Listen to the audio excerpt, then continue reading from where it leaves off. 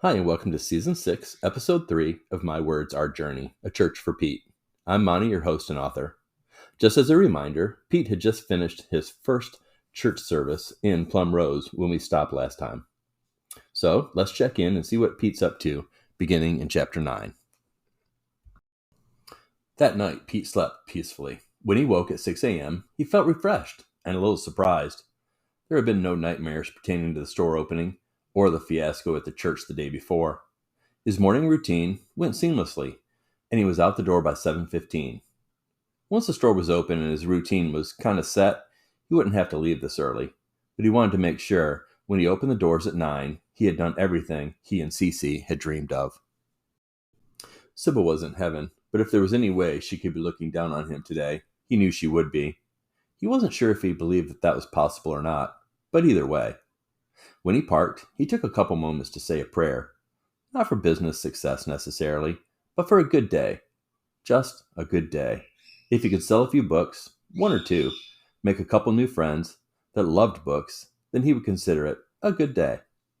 This morning, he locked the door behind him when he entered. Today, he didn't want to be distracted by anyone coming in before 9, so he asked Alexa to play 70s rock, and he began going through his short but important checklist. As he listened to Boston, Pete made his way around the store, gently moving this, straightening that, as he did a final walkthrough. Fresh cucumber water, check. 3 blends of coffee, check. And of course, an assortment of hot tea bags and a hot water dispenser, check. Cups, stirrers, and all the condiments neatly placed and ready for use, check. At exactly 8:58, Pete asked Alexa to turn the music off, and at 9 a.m., he opened the doors for his first day of the business at the bookstore. At 11 a.m., the chime told him someone was at the front door. The first someone of the day, as a matter of fact. When he bolted from his chair he'd been sitting in for a while, he was disappointed to see Marv, the mailman. In his hand was a couple pieces of junk mail. Without a word, he dropped the envelopes on the countertop and turned to leave. Right before he pulled open the door, he half turned and said, "Pace yourself now, you hear? Don't want to sell all these books the first day." He began to laugh so hard, Pete was afraid he was going to have to intervene. Pete did not find the humor in what he said, but he also knew Marv didn't mean it. They had had several conversations over the weeks. He was quite a nice guy overall. Pete could tell he tried to make small talk because he figured people expected it. It was about an hour later that 2 local authors came bouncing through the door. It had been important to Cece that there was a section in the store for local and new artists, so it was important to Pete. In all, there were 11 books of various genres in the local section. It was not hidden in the back. No, it was right up front when you walked in the door, and the best friends Tara and Madison could not have been more excited when they saw their novels front and center stage. Pete had to admit, it did warm his heart a bit to see the young ladies so happy.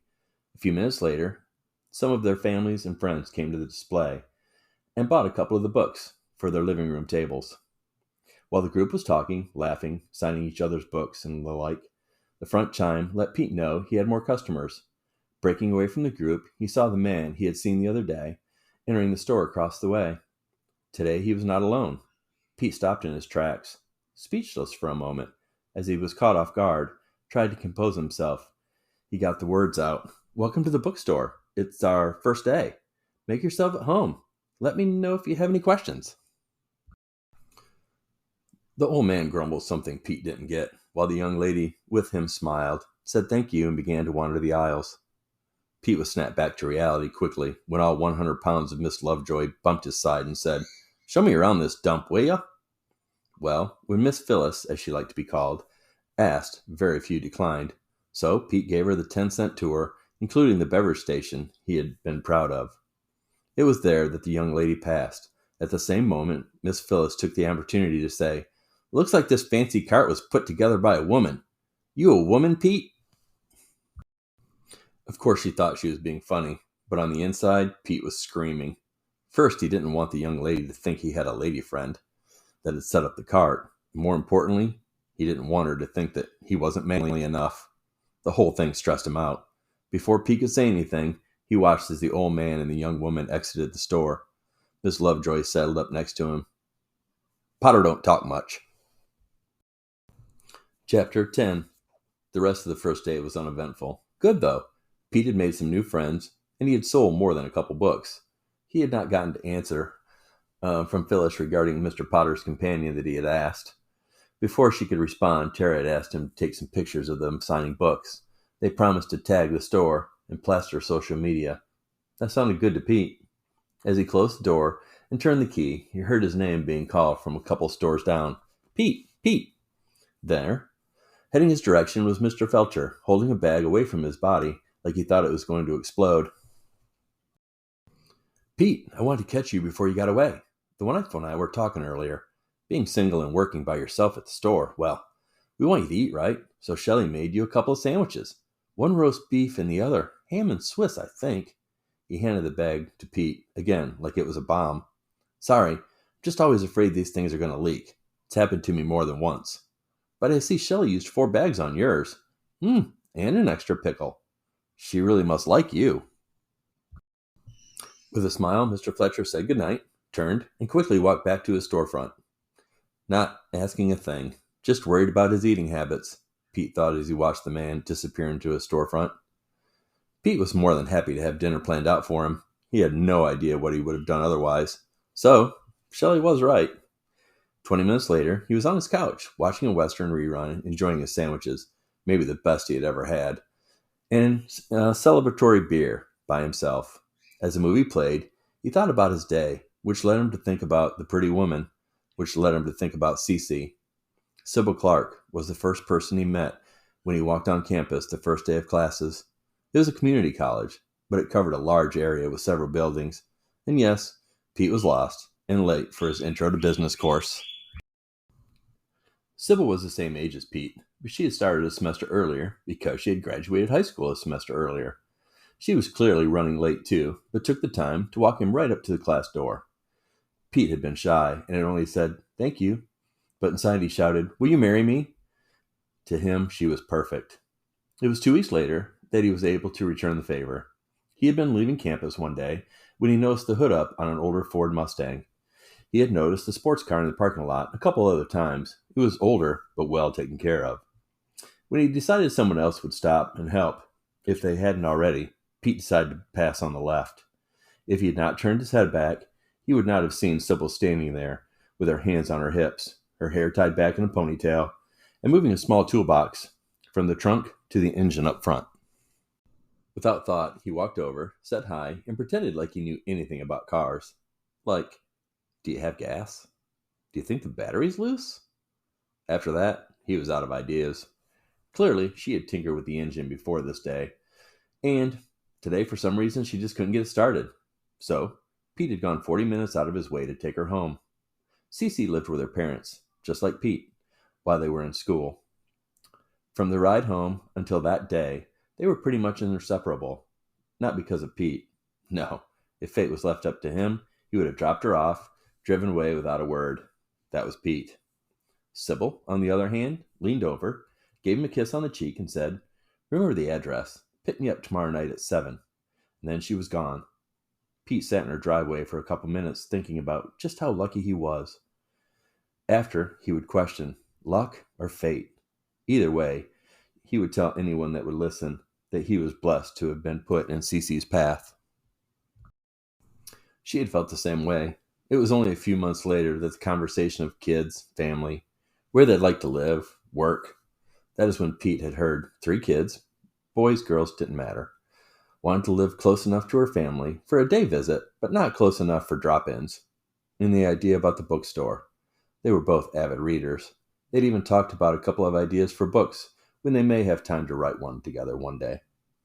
To this point in his life, those 27 months were the best of his life. He could remember the day it all changed. He'd never forget.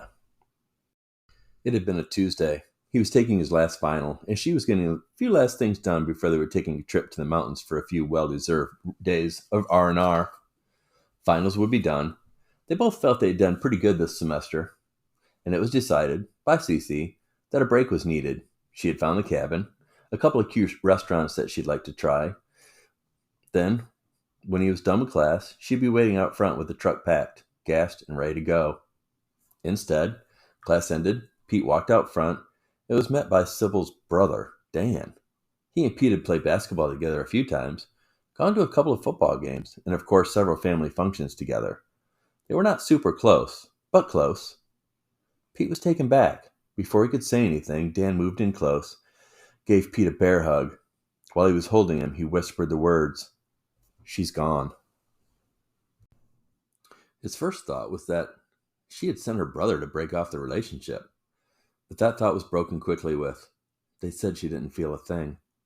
Pete's knees gave out, and Dan helped him to the curb where they sat, cried, and eventually Dan told him what little he knew. Earlier that day, Sybil had been running errands before they left town. One was to return a sweater she had borrowed from a friend. The friend happened to be at work in town, so Cece dropped by her work to drop off the sweater. As she exited the shop and walked to her vehicle, an elderly driver meant to hit the brake, but instead hit the gas pedal. Then hit Cece, the curb, and finally stopped after hitting the building. The driver wasn't injured. Cece was in bad shape but rushed to the hospital. The doctors had said she would live, so they decided to let Pete finish his class. They knew Cece would want him to complete his final. But the doctor said there was more internal injuries that they weren't aware of, and that she fought as hard as she could, but she died during surgery. She had only turned 20 a few months earlier. He had gotten her a cat from the shelter, and all the things that went along with a new cat. She had named it Chelsea. Dan and Pete went to the hospital, but the family had already left and gathered at the family home. Pete never had a chance to say goodbye. It was all taken away. He felt so lost, helpless, angry, defeated. Life had punched him square in the gut, and it'd take a long time before he felt like he could do anything. To their credit, his and Cece's family had tried to be there. It was him that pushed away. That's how he ended up in New York City. He just needed a change. The hustle, bustle, millions of people. Somehow, he convinced himself that'd be good for him. So he had applied for a few jobs, and no one was more surprised than him when he was offered an entry-level position with J.P. Morgan Chase & Company. The move had been quick. His parents had wanted to make the trip with him. He refused. He loved them, and he told them that, but he just wanted to be alone. Looking back, probably not the best plan, but it was his plan. He did what any young man would do in the city. He made a few work friends, a few bar friends, worked so he could afford to live, and maybe go out one night a week. It turned out he was pretty good with numbers, and the job he had been hired for was 3 positions back within the first year. He liked the city, but in the back of his mind, he never let the dream he and Cece had of a small-town bookstore go. That was really the only reason he played the lottery once a week. He knew on his salary and the cost of living in the city, he could maintain a modest lifestyle, but he'd hardly be able to save any money, certainly not enough that would allow him to make a move like that. So, each Saturday, for the last 5 years, Pete played the same numbers. His and Cece's birthday, the day they met, and the day she passed, and the month she wanted to be married in. The winning ticket had rested in his wallet for over 3 weeks before he realized he was a single winner of nearly $6 million. He told no one, gave a month notice so he could get his affairs in order. The money was put in his account midway through the second week of his final month at work, and he would catch himself pulling up his account just to see the amount. It was far from $6 million once all taxes and fees were paid, but it was still more money than he ever could have imagined. When work was done, he had gone home, sat his family down, told them the news, then over the next few weeks paid off all their debt and set them up with a nice addition to their retirement account. He did the same for Sybil's family the following week. He hadn't had to think twice about it. It was something he really wanted to do. Once those whirlwind events were done, he was surprised how much money was taken from his account. Of course, there had been other expenses too. He had bought a new truck, a nice one, some new clothes, but in his mind, he had just enough to move to a small town, purchase the perfect spot for the bookstore, and have enough left over to live a comfortable life. If he managed well, he wouldn't have to worry about finances the rest of his life. Plum Rose had made the list because it checked all the boxes for what he was looking for. Actually, it had been Cece that had put Plum Rose at the top of the list. It was her favorite flower. And while there were a few other small towns that may or may not have been preferred to Plum Rose, He visited her 3 times and then made an offer on a house and a storefront. His bids were accepted right away, which told him he should have started out a little lower on both. But he was happy so far, and he knew Cece, again, if she was aware, would be happy too. Chapter 11. The next few days went reasonably well. Pete continued to meet new townsfolk, sell a few books, had added a new author, who also wanted to set up a book signing in a few weeks. So they had time to promote a bit. The day was busy, but it seemed to fly by. He usually stayed about a half hour to 45 minutes after closing, just to make sure he was ready for the next morning. One person crew and all, he had to stay on top of things. It was that way on this particular Thursday night. He was just preparing to lock up when he heard the unmistakable voice of Phyllis Lovejoy. "A man has to eat, so where's my wealthy friend taking me to dinner?" she giggled. "I can't be out late. I have a hair appointment in the morning, you see," she continued, "and I'll need a ride home. I had a friend drop me off." Pete picked up his backpack, smiled, walked Miss Lovejoy out the door. With his back to her, he turned the key and asked, "What if I'm not available for dinner? Then what are you going to do? Your friend is gone." She said, "Well, are you not available?" "No," he turned, laughing. "Dinner sounds divine." They ended up just down the block, at the deli.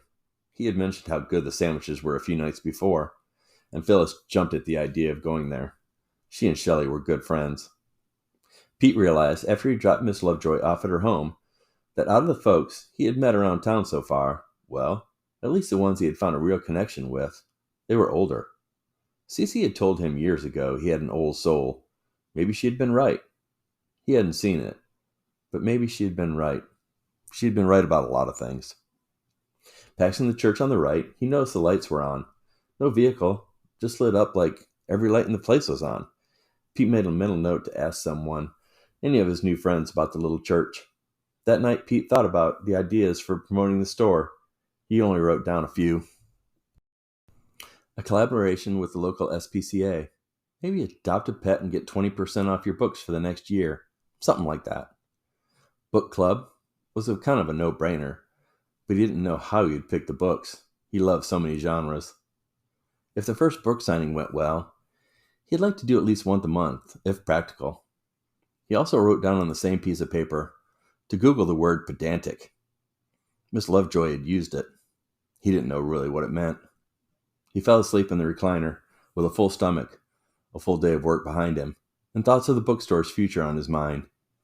He didn't wake up until he heard the dogs barking. And that concludes today's episode. I hope you're enjoying Pete's journey. Thank you for listening, and as always, have a great day.